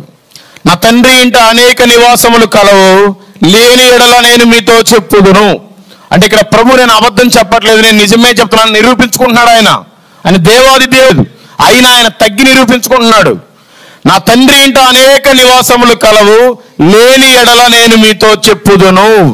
మీకు స్థలము సిద్ధపరచను వెలుచున్నాను. నేను వెళ్ళి మీకు స్థలము సిద్ధపరిచిన ఎడల నేనుండు స్థలములో మీరును ఉండులాగున మరలా వచ్చి నా యొద్ద నుండి మిమ్మల్ని తీసుకుని పోవుదును. నేను వెలుచున్న స్థలమునకు మార్గము మీకు తెలియనని చెప్పాను. అర్థమైందండి ఏమన్నా? పరలోకంలో మనందరికి స్థలాలు ఉన్నాయి. ఈ ఎటు చూసినా ఏ రోడ్లో పోయినా గుంటలే. ఈ గుంటకల్లో మనకి స్థలం ఉందా లేదనేది ముఖ్యం కాదు. పరలోకంలో మనకి స్థలం ఉందా లేదా చూసుకోవాలి. నాకు స్థలం ఉంది, నేను ఎందుకు పనికిరాను, ఒక వేస్ట్ ఫెలో నాకు ఉంది. ప్రభు చెప్పే వాక్యాన్ని నమ్ముతున్నాను. మరి మీకుందా? ఈ లోకంలో ఎంత ఆరాటం ఎంత పోరాటం చేసినా నువ్వు చనిపోయిన రోజు వదిలేసి వెళ్ళిపోవటమే. చనిపోయిన తర్వాత నీకుంటే ఎవ్వరు ఉండరు ఇక్కడ. కొన్ని రోజులు ఏడుస్తారు, మర్చిపోతారు. కానీ నీ కోసం ఏడ్చి నువ్వు బ్రతికుండగానే నీ కోసం ప్రాణం పెట్టాడు. మరి ఆయన గురించి ఆలోచించండి. నీ ఇంట్లో వాళ్ళ గురించి, నీ తల్లిదండ్రుల గురించి, నీ అన్నదమ్ముల గురించి, నీ భార్యాభర్తల గురించి, నీ పిల్లల గురించి, నీ ఆస్తి, నీ ఊరు, నీ రక్త సంబంధుల కోసం కాదు, నీ కోసం రక్తం కాచి చనిపోయిన ఆయన గురించి మీరు ఆలోచించండి. ఎందుకు ఆయన గురించి మీరు పని చేయట్లేదు? మీరంతా నిద్రపోతున్నారు. ఒక అక్క నిద్రపోతున్నారు డోర్ పక్కనే. ఎందుకు వచ్చి అక్క రాత్రి నిద్ర లేదా? ఏమనుకోబా, కొంచెం మెలకుతోటి ఉండు, నిద్ర వస్తే ఆయన మెలకుగా ఉండమని చెప్పాడు. కాబట్టి అన్ని కులాలు, అన్ని మతాలు, అన్ని భాషల వాళ్ళకి మనం సువార్త చెప్పకపోయినా కనీసం మన ఇంట్లో వాళ్ళకైనా సువార్తను చెప్పి మనమే రక్షించుకోవాలి. ఏదైనా ఒక చిన్న దెబ్బ తగిలితేనే అబ్బా మా నాన్నకి అది తగిలింది, మా అమ్మకి తగిలింది, మా అక్కకి బాగాలేదు, మా తమ్ముడికి బాగాలేదు, నా భార్యకి బాగాలేదు, భర్తకి బాగాలేదు, పిల్లకి బాగాలేదని ఆరాటపడిపోతాం. కానీ నువ్వు ఒక్కడే పరలోకంలో ఉంటే మీ వాళ్ళంతా నరకంలో కాలిపోతారు. ఆ రోజున ఏం చేస్తావు? మీకు అందరికీ తెలుసు కదా, లాజరు ధనవంతుడు, కోటాను కోటేశ్వరుడు, ఇష్టానుసారంగా బ్రతికాడు, దేవుడిని నమ్మలేదు, దేవుడు పని చేయలేదు, చచ్చాడు, పాతాళలోకానికి వెళ్ళాడు. ఎందుకు పనికిరాని దరిద్రుడు పరలోకానికి వెళ్ళాడు. ఏం చేశాడు? ఒత్తుకుంటున్నాడు, అయ్యా నేను ఈ యాతన పడలేకపోతున్నాను, ఆ లాజరు చిటికిన వేలన్నా ముంచి నా నాలుగు తడపండాయా నేను బ్రతుకుతానని. కుదరదు. బ్రతికున్నప్పుడే మనం తెలుసుకోవాలి, చనిపోయిన తర్వాత లేదు. సరేనయ్యా నేను పోతే పోయాను, నా సహోదరులు 5 ఉన్నారు, వాళ్ళ కోసమైనా పంపించాయా? కుదరదు. మరి బ్రతికినప్పుడు నీ వాళ్ళందరినీ రక్షించుకున్నావా? నీ సహోదరులు, నీ తల్లిదండ్రులు అందరు కలిపి 5 లేరా? కనీసం ఒక్కరన్నా ఉన్నారా? ఆ ఒక్కరికైనా సువార్తను చెప్పుకున్నావా? దేవుళ్ళు నిలుపుకున్నావా? మరి ఏం చేయడానికి ఇంకా బ్రతికున్నావు? ఒకవేళ దేవుడు నిన్ను కనీసం నీ ఇంట్లో వాళ్ళన్నా రక్షించుకోవడానికి నేను పెట్టాడేమో ఇంకా ఇన్ని రోజులు, లేకపోతే ఎప్పుడు తీసుకెళ్ళిపోయాడేమో. మన కరోనాలో ఎంతమంది చచ్చిపోలేదంటే మనకు తెలిసిన వాళ్ళు. నాకు కూడా కరోనా వచ్చింది, 2 వ్యాక్సిన్లు వేసుకున్నాను. అవి వేసుకున్న దగ్గర నుంచి వీక్ అయిపోలేదు, ఇంకా గట్టిగా ఉండేవాడినేమో. మరి ఎంతమంది చనిపోయారు? మనం ఎందుకు చనిపోలేదు? ఇంకా ఎందుకు మనల్ని బ్రతికించాడు? తెలుసుకోవాలి కదా. స్థలంతో పాటు అసలు పరలోకం ఎన్ని కిలోమీటర్లో కూడా బైబిల్లో ఉంది. పరలోకం ఎన్ని కిలోమీటర్లు ఉందో నాకు తెలుసు అన్న ఒకసారి చేతులు ఎత్తండి. ఒక్కరికి తెలియదు, అసలు బైబిల్ చదువుతున్నారో తెలియదు కూడా లేదు. పరలోకం ఎన్ని కిలోమీటర్లు ఉందో క్లియర్గా రాసి పెట్టాడు దేవుడు. చదవండి అందరూ ప్రకటన గ్రంథము 21వ అధ్యాయము 16వ వచనం. ఆ పట్టణము చచ్చౌకమైనది, దాని పొడవు దాని వెడల్పుతో సమానము. అతడు ఆ కొలకర్రతో పట్టణమును కొలవగా దాని కొలత 750 కోసులైనది. దాని పొడగును ఎత్తును వెడల్పును సమానముగానున్నది. అందరూ ఈ దరిద్రమైన సెల్ ఫోన్ వాడతారుగా, ఒక్కసారి గూగుల్లో కొట్టండి 1 కోస్ హౌ మెనీ కిలోమీటర్స్ అని. 750 కోసులు పరలోకం ఉంది. 1 కోస్ అంటే 3 కిలోమీటర్ల 75 మీటర్లు. గూగుల్ కొట్టండి, మీకు వస్తుంది 1 కోస్ హౌ మెనీ కిలోమీటర్స్ అని కొట్టండి మీరు ఇంటికి వెళ్ళాక. పరలోకం 750 కోసులు ఉంది. 750 కోసులు అంటే 2300 నుంచి 2400 కిలోమీటర్లే. అంటే ఇక్కడి నుంచి కనీసం ఢిల్లీ దాకా ఉంది సపోజ్. మరి ఆ మిగతాదంతా అదంతా అగాధమే. ఈ 2400 కిలోమీటర్ల మన స్థలం ఉందో లేదో తెలుసుకోవాలి. 750 కోసుల్లో మనం ఉన్నామా? మన కుటుంబ సభ్యులు ఉన్నారా? మన రక్త సంబంధులు ఉన్నారా? మనకిష్టమైన వారు ఉన్నారా? చూసుకోండి. చూసుకోకపోతే పాతాళమే. ఈ భూమి 40,075 కిలోమీటర్లు ఉంది. మీరు అది కూడా కొట్టండి, how many kilometres this earth. 40,075 కిలోమీటర్లు. మరి ఇక్కడ 800 కోట్ల పైబడి జనాభా ఉన్నారు. మరి 2400 కిలోమీటర్లు ఎంతమంది పడతారు? చాలా తక్కువ మంది పడతారు. తెలుసుకోండి. మనమంతా పిలువబడిన వారమా, ఏర్పరచబడిన వారమా? చాలా మంది క్రైస్తవులు ఉన్నారు మన ప్రపంచంలో, వాళ్ళంతా పిలువబడిన వారు, ఏర్పరచబడిన వాళ్ళు కాదు. ఏర్పరచబడిన వాళ్ళు ఎవరు అంటే విలియం కేరీ మన కోసం వచ్చాడు, చనిపోయాడు, బైబిల్ ఇచ్చాడు.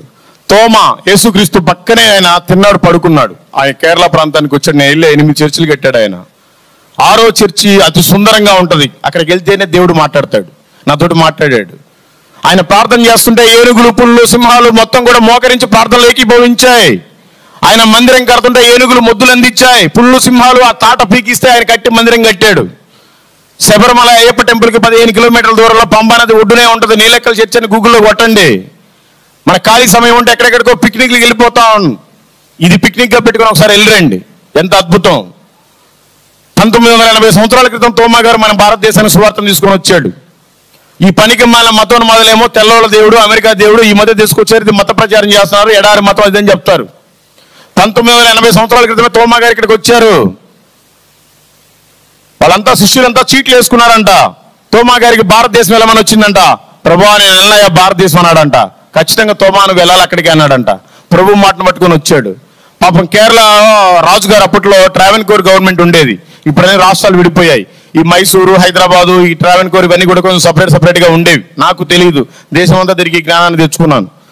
ఆ తర్వాత ఆ రాజమందిరం కట్టడానికి ఆ ట్రావెన్కోర్ రాజు యెరూషలేములో మంచి పనివాడు ఉన్నాడని కనుగొని ఇదంతా దేవుడి చిత్తం, దేవుడి ప్రణాళిక, అక్కడికి పంపించాడు. పంపిస్తే తోమా మొత్తానికి పడవ వేసుకొని ఇండియాకి వచ్చాడు. కొడంగలూరు అనే ఫస్ట్ ప్లేస్ ఆయన అడుగుపెట్టిన ప్రాంతం. ఇప్పటికే పడవ అట్లాగే పెట్టారు. ఆ పడవ కాదు, ఒక నిజమైన పడవను పెట్టారు. అక్కడే ఫస్ట్ అడుగు పెట్టాడని ఆయన పక్కటం కూడా అక్కడ తీసి పెట్టారు. ఆయన మందిరం ఉంది. తర్వాత పలయూరు అని వచ్చాడు. మూడోది ఇంకా నార్త్ పరావూరు, ఇట్లా చాలా ఉన్నాయి. 6వ మందిరం అయితే ఒక అద్భుతం. అదొక ఎడారిలో ఉంది. అడవిలో మంచి అసలు కనీసం ఆ సౌండ్ కూడా మనకు అర్థం కాదు. అక్కడికి వెళ్తేనే భయం, బిక్కు బిక్కు మనాలి. కారులో వెళ్తేనే ఆ ఏనుగుల సౌండా పుల్లు సౌండా మనకు అర్థం కాదు. చాలా ఏడ్చుకున్నాను ఇక్కడ ప్రార్థన చేసి. ఏంటి ప్రభా 2024లో వస్తేనే ఇంత భయంకరంగా ఉంది పరిస్థితి. 1980 సంవత్సరాల క్రితం ఇక్కడికి పంపించావు నీ శిష్యుడిని. అడ్డు జాతులలో నాశనం అయిపోతున్నారు, వాళ్ళు రక్షణలోనికి రావాలని దేవుడు అక్కడ పెట్టాడు మందిరం. అంత గొప్ప మిషనరీ పరిచయం చేశాడు ఆయన. 8వ మందిరం సగం కట్టి చెన్నై ప్రాంతానికి వస్తే అక్కడ పొడిచి చంపేశారు మనోళ్ళే. ఒరిస్సా వెళ్తే అక్కడి నుంచి అక్కడ గ్రామ్ స్టెయిన్స్ కారులో పెట్టి పిల్లలతో సహా కాల్ చేశారు.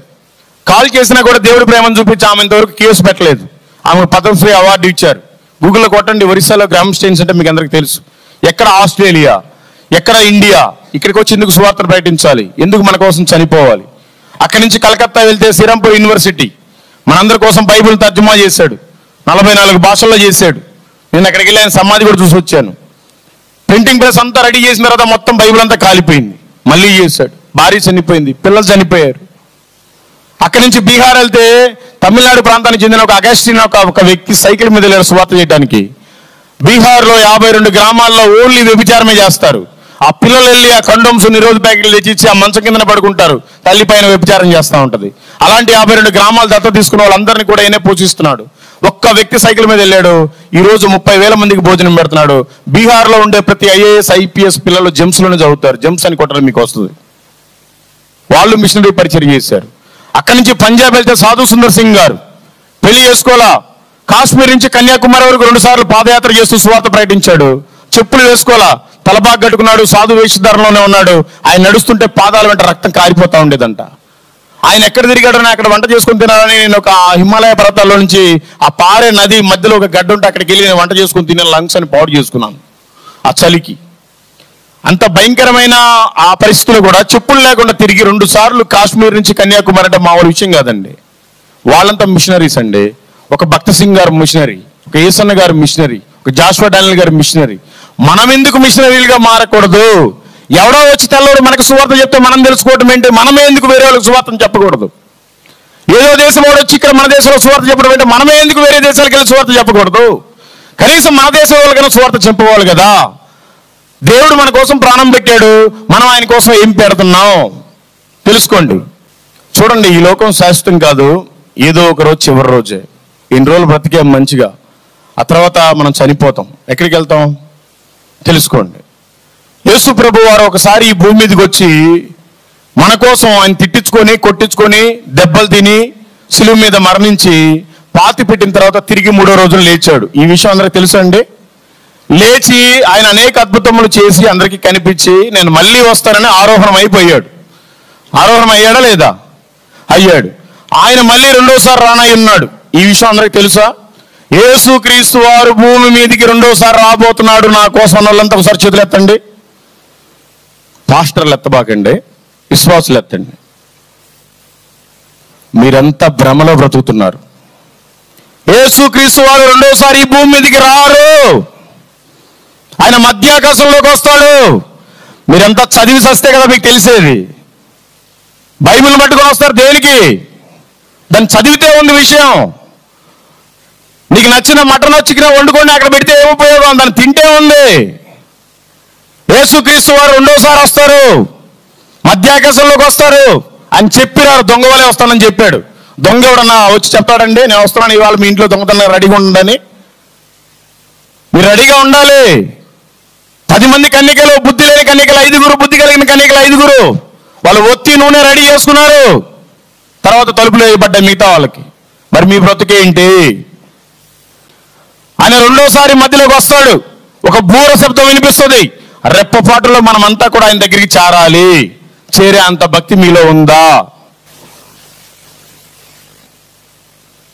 వాక్యం సెలవిస్తుంది, 2 భార్యాభర్తలు ఉంటే ఒకరే వెళ్ళిపోతారు, 2 అన్నదమ్ములు ఉంటే ఒకరే వెళ్ళిపోతారు, 2 అక్క చెల్లెలు ఉంటే ఒకరే వెళ్ళిపోతారు.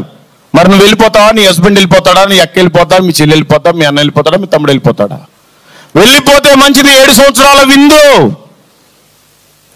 మిగిలిపోతే ఇక్కడ చాలా కష్టం. శ్రమలు, 3.5 సంవత్సరాలు శ్రమలు, 3.5 సంవత్సరాలు మహాశ్రమలు. వాక్యం చెప్తుంది 666 ముద్ర వేయించుకోవద్దు అని చెప్తుంది. రోజు ఫోన్ పేలు, గూగుల్ పేలు మొత్తం ఫ్రాడ్ జరుగుతున్నారు. కొత్తగా చిప్పు తీసుకురాబోతున్నారు. అది బైబుల్ సారమే. ఇక్కడ కానీ మనకు చిప్పు పెడతారు. నీ రేషన్ బియ్యం నువ్వు తీసుకోవాలన్నా అక్కడ స్కాన్ చేయాలి మన చిప్పు. నీ బ్యాంకులో డబ్బులు నువ్వు తీసుకోవాలన్నా ఏటీఎం కార్డులు పనిచేయాలి, స్కాన్ చేయాలి. నీ పెన్షన్ నువ్వు తీసుకోవాలన్నా స్కాన్ చేయాలి. ఇక్కడ బ్రతకాలి అంటే ఖచ్చితంగా చిప్ వేయించుకోవాలి. అది వేయించుకుంటేనేమో దేవుడు చెప్తాడు నీకు పరలోకంలో ఎంట్రీ లేదు. అది వేయించుకోకపోతేనేమో ఈ లోకంలో బ్రతకలేవు. నీ గతి ఏంటి తెలుసుకోండి. యేసుక్రీస్తు వారు 7 సంవత్సరాల పైన విందు ముగించుకొని మళ్ళీ సంఘాన్ని తీసుకొని భూమి మీదకి వస్తాడు. 1000 సంవత్సరాలు ఆయన పరిపాలిస్తాడు. ఈ విషయం అన్న తెలుసా మీకు? యేసుక్రీస్తు వారు ఈ భూమి మీదకి వచ్చి 1000 సంవత్సరాలు పరిపాలిస్తాడు. ఈ విషయం తెలుసా? అన్న ఒకసారి చేతులు ఎత్తండి. చాలా తక్కువ మంది ఉన్నారు. అసలు మీరు బైబిలే చదవట్లేదు. మనకి చంద్రబాబు నాయుడు, జగన్, ఈ మోడీ, ఇంకెవరో రాహుల్ గాంధీ ఎవరో ఉండరు. మన రాజు, మన మంత్రి అంతా యేసుక్రీస్తే. మన క్యాపిటల్ ఏ హైదరాబాద్, విజయవాడ, ఢిల్లీ కాదు. మనకంతా కూడా యెరూషలేమే క్యాపిటల్. ఏ పనున్నా ఫ్లైట్ అక్కడికి వెళ్ళిపోవాల్సిందే. ఈ విషయం తెలుసా? ఆయనే రాజు, ఆయనే మంత్రి, ఆయన 1000 సంవత్సరాలు ఈ భూమిని ఎలా పరిపాలించాలో చూపిస్తాడు, పరిపాలించి చూపిస్తాడు. ఆ తర్వాత ఈ భూమిని మొత్తాన్ని చుట్టి అగ్నిగంధకాలతో కాలబెట్టి మనల్ని కూడా పైకి తీసుకెళ్ళిపోతాడు. ఈ విషయం అన్న తెలుసా? తీసుకెళ్లిపోయిన తర్వాత ధవల సింహాసన తీర్పు అని ఒకటి ఉంటుంది. దేవదూతలందరూ ఒక పక్క ఉంటారు, చనిపోయిన మానవులంతా ఒక పక్క ఉంటారు. పరలోకానికి చేర్చబడిన వాళ్ళు ఒక్కొక్కరిని పేరు పెట్టి పిలుస్తాడు. ఆయనకి ఇప్పుడు సమయం ఉండదు, అప్పుడు ఉంటుంది. ఇప్పుడు నిన్ను చూసి చూడట్టుగా వదిలేస్తున్నాడు, ఆ రోజు వదిలిపెట్టాడు. తండ్రి దేవుడు ఇక్కడ ఉంటాడు. ఆయన కుడి పార్శ్వం మీద లేదా ఆయన పక్కన యేసుక్రీస్తు వారు ఉంటారు. పలానా ఎస్తే రమ్మని తీసుకొని రమ్మని చెప్తాడు. అమ్మా నేను నీ కోసం ప్రాణం పెట్టాను, నా కోసం ఏం పీకేమని అడుగుతాడు. ఆ రోజు అయ్యా యాకోబు రా, తీసుకొస్తారు దేవదూతలు. నేను నీ కోసం వచ్చి దెబ్బలు తిన్నాను, ప్రాణం పెట్టాను, నువ్వు నా కోసం ఏం చేసావని అడుగుతాడు. ఏం సమాధానం చెప్తారు? పలానా మల్లికార్జున తీసుకురమ్మని చెప్తారు. దేవుడే మన కోసం సాక్ష్యం ఇస్తాడంట. తండ్రి వీడు ఒకప్పుడు త్రాగుబోతూ, ఒకప్పుడు ఇప్పుడు నా కోసం ఊరూరు తిరుగుతున్నాడు, పెట్రోల్ బంకులో పడుకుంటున్నాడు, ఎక్కడ కానుకలు తీసుకోడు, ఎక్కడ భోజనం చేయడు, అయినా నా కోసం కష్టపడుతున్నాడు, వీడిని పరలోకంలో చేర్చుకోవాలి ప్రభు అని ప్రభువే సాక్ష్యం ఇస్తాడంట. మరి నీ కోసం కనీసం నీ ఇంట్లో వాళ్ళన్నా సాక్ష్యం ఇస్తున్నారా? నీ పక్కన వాళ్ళన్నా సాక్ష్యం ఇస్తున్నారా? నీ మందిరం వాళ్ళన్నా సాక్ష్యం ఇస్తున్నారా? మరి నీ కోసం ఎవరిస్తారు సాక్ష్యం? ఈ రోజు రాత్రికి నీ చివరి రాత్రి అయితే ఏంటి నీ పరిస్థితి? ప్రతి ఆదివారం ఇదే మీరు గుర్తుపెట్టుకోండి, ఇదే నాది లాస్ట్ సండే, నెక్స్ట్ సండే నేను పరలోకంలో ఉంటా. కానీ ఈ శనివారంలో నేను ఏం చేయాలి? కొన్ని డబ్బులు సంపాదించుకొని వెళ్ళాలి పరలోకానికి. అవే ఆత్మలనే డబ్బులు. అవి లేకుండా నువ్వు పస్తులు ఉండలేవు. ఎక్కడ ప్రతిరోజు పడుకునేటప్పుడు తెల్లారి నేను లేవను, పరలోకం వెళ్ళిపోతా, ఇదే నా చావు అనుకోవాలి. ఒకవేళ నిజంగానే ఈ రోజు రాత్రికి నీ చావు అయితే ఏంటి నీ పరిస్థితి? నిన్ను ఓదార్చే వాళ్ళు ఎవరు? నరకంలో నిన్ను బయటికి లాగేది ఎవరు? ఆయన చెప్పిన వాక్యం నువ్వు ఎందుకు చదవట్లేదు? ఆయన చెప్పిన మాటలు నువ్వు ఎందుకు ప్రకటించట్లేదు? ఆయన సత్యాన్ని నువ్వు ఎందుకు వేరే వాళ్ళకి సత్యం అని చెప్పట్లేదు? మీరంతా భక్తులు కాదు, భక్తిహీనులు. మీకోసం కూడా బైబిల్లో రాయబడి ఉంది. సామెతల గ్రంథం 16వ అధ్యాయం 4వ వచనం చదవండి అందరూ ఒకసారి, చివరిగా ముగిచ్చేస్తున్నాను. మీరు కనుక బైబిల్ను చదివి ఇప్పటి వరకు అనేక మందిని కనుక తీసుకొచ్చినట్లయితే మీరంతా భక్తులే. మీరు బైబిల్లే చదవలేదు కాబట్టి మీరంతా భక్తిహీనులు. భక్తిహీనుల కోసం ప్రత్యేకంగా రాయబడింది. యెహోవా ప్రతి వస్తువును దాని పని నిమిత్తము కలుగజేసెను. ఈ బిల్డింగ్ ఉంది, మనకి వర్షం ఎండ రాకుండా కూర్చోవడానికి. కుర్చీలు ఉన్నాయి, కాళ్ళు నొప్పులు లేకుండా పైన కూర్చోవడానికి. మైక్ ఉంది మాట్లాడటానికి. సెల్ ఫోన్ ఉంది చూసుకోవడానికి, మాట్లాడటానికి. సౌండ్ బాక్స్ ఉంది మనకి వినపడటానికి. ఫ్యాన్ ఉంది మనకి తిరిగితే గాలి రావడానికి. మరి ప్రతి వస్తువును దాని పని నిమిత్తం కలుగు చేశాడు దేవుడు. మరి నాశన దినం కోసం భక్తిహీనులను తయారు చేశాడంట. నాశన దినం అంటేనే నరకము, పాతాళము. దాంట్లో కాలబెట్టడానికి నువ్వు తయారయ్యావా? ఆయన నమ్ముకొని పరిశుద్ధంగా జీవించి అనేక మందిని మార్చి ఆయన కుడిపార్శ్వం మీద కూర్చోవడానికి నువ్వు తయారయ్యావా? నీ గతి ఏంటి తెలుసుకో. ఇంత బ్రతుకు బ్రతికి ఇన్ని సంవత్సరాల నుంచి దేవుణ్ణి నమ్ముకొని, ఇన్ని సంవత్సరాల నుంచి పాటలు పాడుతూ, ఇన్ని వాక్యాలు విని, ఇంతమంది చెప్పే పాస్టర్లు విని నువ్వే నరకానికి వెళ్తే ఉపయోగం ఏంటి? అరే ఎందుకు పనికిరాని ఒక వెధవండి. మీకు అందరికీ తెలుసుగా, సుప్రీంకోర్టులో ఒక మత మార్పిడి కేసు వేశారు ఇండియాలో ఉండే ప్రతి క్రైస్తవుల మీద. రోజు వాట్సాప్లో, ఫేస్బుక్లో, న్యూస్లో వస్తూ ఉంది. నేను అనుకున్నాను, ప్రభువా ఎవడైతే క్రిస్టియన్స్ మీద కేసు వేసాడో నేను వాడికే స్వార్థ చెప్పాలి. ప్రార్థన చేసుకున్నాను. ఒకరోజు సుప్రీంకోర్టుకి వెళ్ళా, మీడియాతో మాట్లాడుతున్నాడు అశ్విని కుమార్ ఉపాధ్యాయ. మీరంతా గూగుల్లో కొట్టండి వస్తుంది. మీడియా సమావేశం అయిపోయింది, ప్రెస్ మీట్. మా పాస్టర్ అమెరికన్ కాబట్టి 4 ముక్కలు ఇంగ్లీష్ వచ్చు. ఆ రోజున ఉపయోగపడింది ఆ 4 ముక్కలు. ఆడికి తెలుగు రాదు. సార్ నేను మీ వీడియో చూస్తూ ఉంటాను, మీరు కేసులు బాగా వాదిస్తూ ఉంటారు, మీరు ఎందుకు క్రైస్తవుల మీద కేసు వేశారు సార్ అన్నాను. నేను బాగా వైట్ షర్ట్ వేసుకున్నానుగా, అడిగి తెలియదుగా నా జీవితం అంతా నలిపోయిన షర్టు మాత్రం తెలుపని. ఇప్పుడు తెలిపేలేండి, అది కూడా అది తెలియదు కదా. నేను కూడా ఏదో ఒక మీడియా అనుకున్నాడు. అవునయ్యా వాళ్ళంతా మతం మారుస్తూ ఉంటారు, మీరు మా దేవుడిని నమ్ముకోండి, మీ పిల్లలకి ఫీజులు మేమే కడతాం, మీరు మా దేవుడిని నమ్ముకోండి, హాస్పిటల్లో బిల్లులు మేమే కడతాం, మీరు మా దేవుడిని నమ్ముకోండి చాలా బాగుంటుంది, మీకు జాబులు వస్తాయి అని కావాలని బలవంతంగా మతాలు మారుస్తుంటాడని చెప్పాడు. అందుకని కేసు వేసామని చెప్పాడు. నేను అన్నాను, నాకు వచ్చిరాని ఇంగ్లీష్లో, sir Christianity is not religion, this is way of haven అని చెప్పాను. అది కరెక్టో కాదో నాకు తెలియదు. ఆడికి నవ్వాలి ఆడవాళ్ళు అర్థం కాక మీడియా అంతా చూస్తున్నాను, అప్రిషియేట్ చేసి కౌగిలించుకున్నాడు. వీడియో పెట్టాను చూడండి, గాడ్స్ వే మిషన్ అని. ఎక్కడ ఇండియాలో ఉండే భారతీయులందరి మీద కూడా, క్రైస్తవులందరి మీద కూడా కేసు వేసిన ఒక అశ్విని కుమార్ ఉపాధ్యాయ సుప్రీంకోర్టు అడ్వకేటు ఎక్కడ ఒక పనికిరాని. దేవుడు చెయ్యాలి అనుకుంటే ఏదైనా చేయగలడు.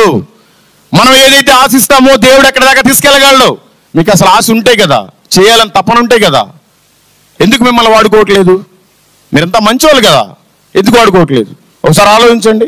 ఇండియాలో సుప్రీంకోర్టు ఉంది, క్రైస్తవులందరి మీద కేసు వేసిన వ్యక్తి అతను ఎక్కడ? ఎందుకు పనికిరాను నేనెక్కడ? చెప్పాలి అనుకుంటే ఏదైనా చెప్పొచ్చు, కూర్చోవాలనుకుంటే ఇంకొక అరగంట కూడా కూర్చోవచ్చు, వెళ్ళిపోవాలనుకుంటే వెళ్ళిపోవచ్చు. ఈరోజు మటన్ తినాలంటే తినొచ్చు, చికెన్ తినాలంటే తినొచ్చు, చట్నీ వేసుకొని తినాలంటే తినొచ్చు. కానీ ఎందుకు మనం దేవుడి పని చేయాలనుకోవట్లేదు? దయచేసి క్రియల్లో పెట్టండి. ఇంకా చాలా ఉన్నాయి, చెప్తే టైం అయిపోద్ది. 8:30 అని చెప్పారు పాస్టర్ గారు. మర్యాదపూర్వకంగా కొట్టించుకోక ముందే ముగిస్తే మంచిది. అంటే దుర్మార్గులు చాలా మంది తిరుగుతున్నారు. వాళ్ళు మాత్రం పేరుకు పైన నాకు సిగ్గులేదండి. నేను ఎందుకంటే ఇది చనిపోయిన వ్యక్తిని, నేను బ్రతుకుట క్రీస్తే. వాళ్ళు మాత్రం చూడటానికి మంచి అందంగా మంచి కద్దరు షర్ట్లు వేసుకుని తిరుగుతారు. వాళ్ళ జీవితాలు మాత్రం నల్లగా భ్రష్టు పట్టిపోయినాయి. దయచేసి మార్గులకి అనేక మందికి సువార్తను ప్రకటించండి. మీరు 3 పూట్ల భోజనం చేస్తున్నారు, కనీసం 3కైనా సువార్తను ప్రకటించండి. దేవుడికి లెక్క చెప్పలేరు మీరు. ఇదేదో పాయింట్లో చూశారు, లేకపోతే లేదు పాస్టర్ గారు మనం టైంకి వస్తామా లేదా అనుకుంటారు. ఒక పంక్చువాలిటీ మెయింటైన్ చేయాలి. టైం అంటే టైంకి రావాలి, ఈ టైంకి తినాలంటే తినాలి, ఈ టైంకి పని చేయాలంటే పని చేయాలి.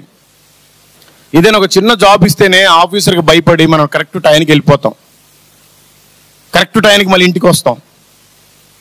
ఎందుకు మరి మనం దేవుడి విషయంలో ఇంత పంక్చువాలిటీ ప్రకటించలేకపోతున్నాం, చేయలేకపోతున్నాం? ఒక పిల్లవాడు ఆ పుస్తకాలన్నీ చదివితేనే 2వ తరగతిలోకి వెళ్తాడండి. 2వ తరగతి కుర్రోడు ఆ చదవకపోతే అసలు అయినెవరు? 2వ క్లాసులో అయినెవరు? ఫస్ట్ క్లాస్లోనే ఉండాలి ఎన్నిసార్లు అయినా. మరి అలాంటిది నీ జీవితం మొత్తానికి చిన్న బుక్కే కదా, ఇదే చదవకపోతే నువ్వు పరలోకానికి ఎలా వెళ్తావు? దయచేసి మీరంతా వాక్యాన్ని చదవండి, అనేక మందికి ప్రకటించండి, నిజమైన మాటలను సత్యాన్ని మీరు తెలియజేయండి. దేవుడు మిమ్మల్ని, మీ కుటుంబాలని, మీ సంఘాన్ని దీవించి ఆశీర్వదించును గాక.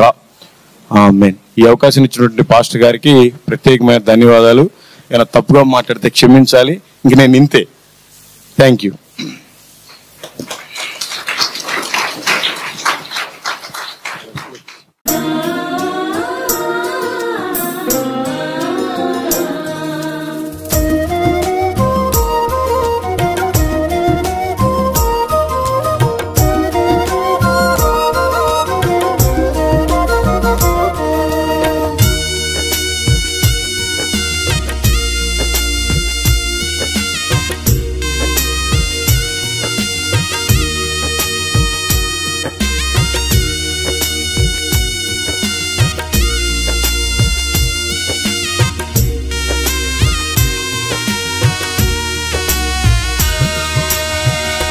లోకమనే యాత్రలో విశ్వాసమనే నా తోనెలు. లోకమనే యాత్రలో విశ్వాసమనే నా తోనెలు. ఉన్నాను యేసయ్యా, ఉన్నాను యేసయ్యా,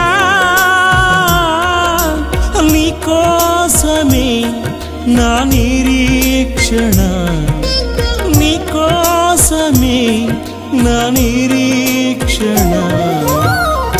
లోకమనే యాత్రలు విశ్వాసమనే నా తోనెలు.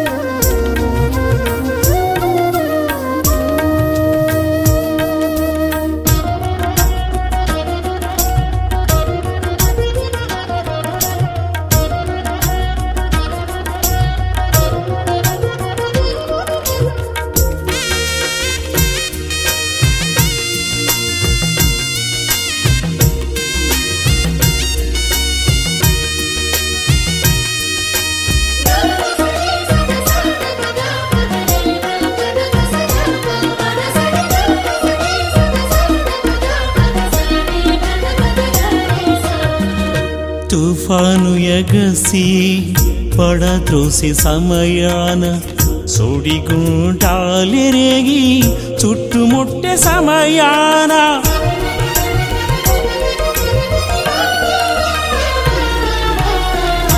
తుఫాను ఎగసి పడత్రోసి సమయాన సుడిగుండాలెరేగి చుట్టుముట్టే సమయాన ఉన్నావు యేసయ్యా నాతో నా తోనెలో, ఉన్నావు యేసయ్యా నాతో నా తోనెలో. నీవున్న ఈ తోనెలో భయమే లేదు నాలో, నీవున్న ఈ తోనెలో భయమే లేదు నాలో. లోకమనే యాత్రలు విశ్వాసమనే నా తోనెలు.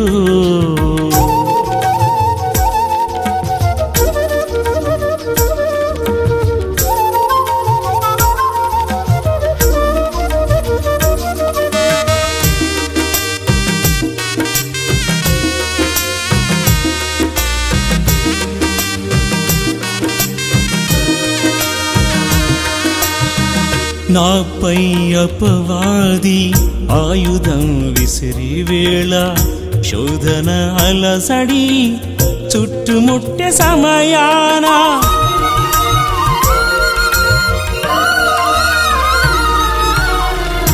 నాపై అపవాది ఆయుధం విసిరి వేళ శోధన అలసడి చుట్టుముట్టే సమయాన నిలిచావు యేసయ్యా వాక్యమై నా తోడుగా, నిలిచావు యేసయ్యా వాక్యమై నా తోడుగా. నీ తోడు నాకుండగా వర్తిల్లదు ఏ ఆయుధం, నీ తోడు నాకుండగా వర్తిల్లదు ఏ ఆయుధం.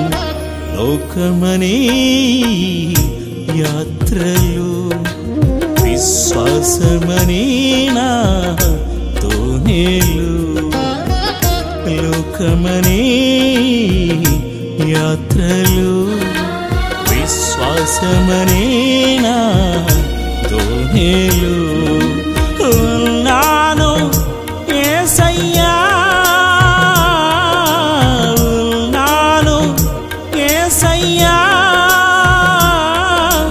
నీకోసమే నా నిరీక్షణ, నీకోసమే నా అన్వేషణ.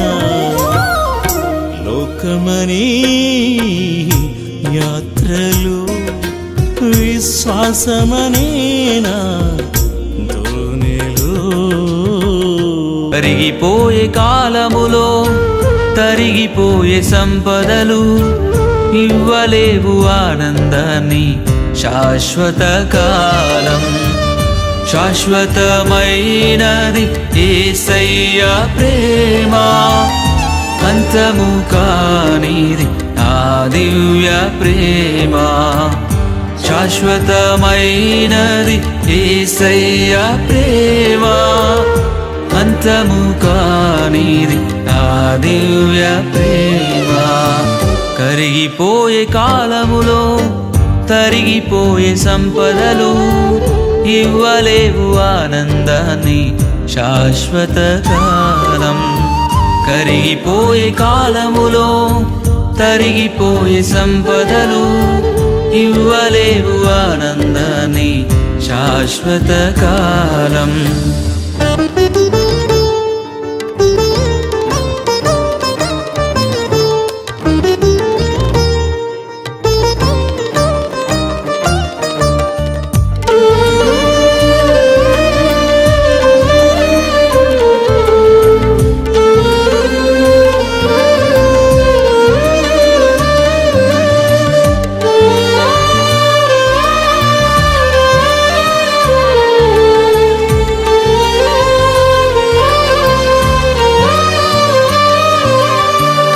గొప్పగా బ్రతికిన వారే గూడు లేక మిగిలారా, రాజ్యాలను ఏలిన వారే ఒంటరైపోయారా. గొప్పగా బ్రతికిన వారే గూడు లేక మిగిలారా, రాజ్యాలను ఏలిన వారే ఒంటరైపోయారా. పరుగులు పెట్టకు స్థిరము కాని వాటికై, పరుగులు పెట్టకు స్థిరము కాని వాటికై, పరితపించు యేసుకై పొందుకొనుము శాంతిని. పరితపించు యేసుకై పొందుకొనుము శాంతిని. కరిగిపోయే కాలములో తరిగిపోయే సంపదలు ఇవ్వలేవు ఆనందాన్ని శాశ్వత కాలం. కరిగిపోయే కాలములో తరిగిపోయే సంపదలు ఇవ్వలేవు ఆనందాన్ని శాశ్వత కాలం.